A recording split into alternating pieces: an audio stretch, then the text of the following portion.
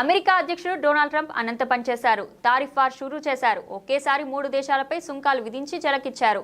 Canada, Mexico, China దేశాలపై టారిఫ్లు విధించారు. Canada, Mexico నుంచి దిగుమతులపై 25%, China నుంచి వచ్చే వస్తువులపై 10% సుంకం విధిస్తూ ఉత్తర్వులు జారీ చేశారు. దేశంలో తయారీని పెంచడానికి ఫెడరల్ ప్రభుత్వాన్ని ఆదాయాన్ని పెంచేందుకు ఈ సుంకాలను ఉపయోగిస్తామని ఈ సందర్భంగా వెల్లడించారు.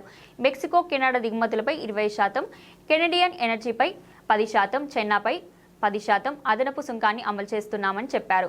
ఫెంటానిల్ సహా మన దేశంలోకి వస్తున్న అక్రమ విదేశీయులు ప్రాణాంతక మాదక ద్రవ్యాలను అరికట్టేందుకు అంతర్జాతీయ అత్యవసర ఆర్థిక అధికారుల చట్టం ద్వారా ఈ సుంకాలు విధించామని తెలిపారు.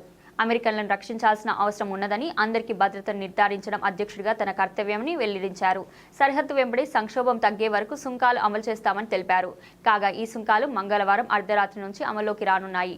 ఈ నేపథ్యంలో రవాణాలో ఉన్న వస్తువులు కటాఫ్ సమయానికి ముందే అమెరికా సరిహద్దులోకి వచ్చే వారికి సుంకాల నుంచి మినహాయింపు ఉందన్నారు. ట్రంప్ నిర్ణయంతో అమెరికా వృద్ధి తగ్గడమే కాకుండా కెనడా, మెక్సికో దేశాల్లో ఆర్థిక మాధ్యమం ఏర్పడే ముప్పు పొంచి ఉన్నది.